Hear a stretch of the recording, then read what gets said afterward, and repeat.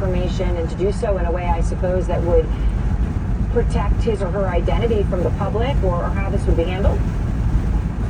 Well, look, I have no confidence at this point juncture that the intelligence community, that the congressional committees, that Congress will get what they need.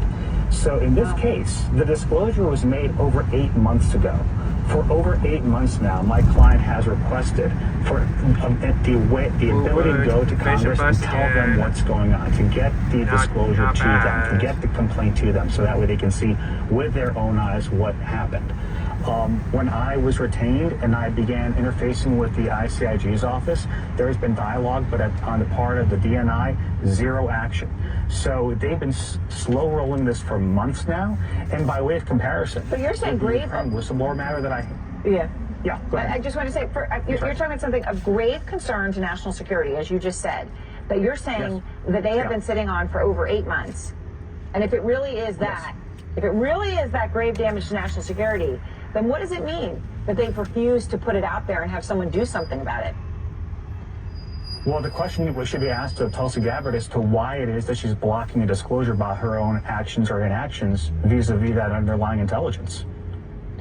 There needs to be an investigation. That's what it comes down to.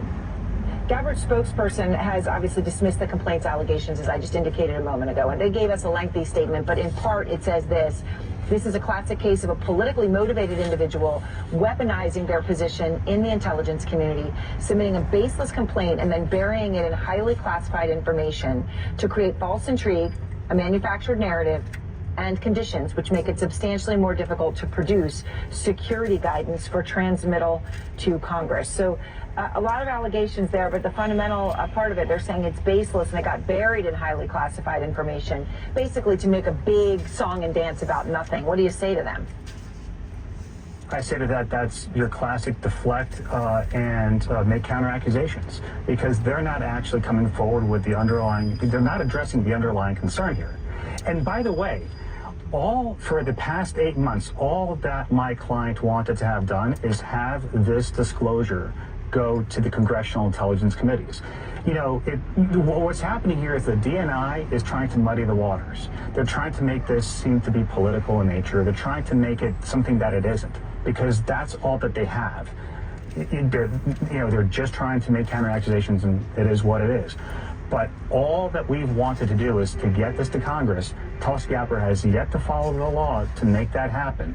And the truth of the matter is, there's an elegant solution to this, and that is get the whole thing to Congress, unredacted, and let the leadership on the congressional intelligence committees see what's going on. All right, Andrew Buckeye, I appreciate your time and thank you very much. Ryan Goodman is here with me now. He is the former special counsel at the Defense Department. So Ryan, look, I mean, this is, the complaint here is as serious as it gets, right? Without knowing exactly what it is, we know that they're saying it's a grave risk to national security. Bus 105, Colton bus. I mean, it's so highly classified, it's locked away in a safe. And if that's the case, you would think people would want to know what it is, and it'd be really important to know what it is. So what stands out to you in all of this, that they've been able to slow roll it? It's incredible because there is this Intelligence Whistleblower Protection Act that's supposed to be the framework for sharing this kind of high national security information. Why new bus again?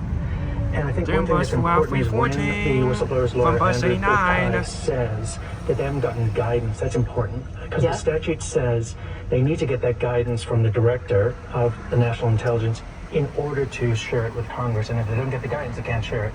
So he's saying, but this is about the director. Exactly. So there's a conflict of interest. And if this is an urgent matter 8 months ago for her to be slow rolling this and not giving them the guidance to share it with Congress, that's what makes no sense.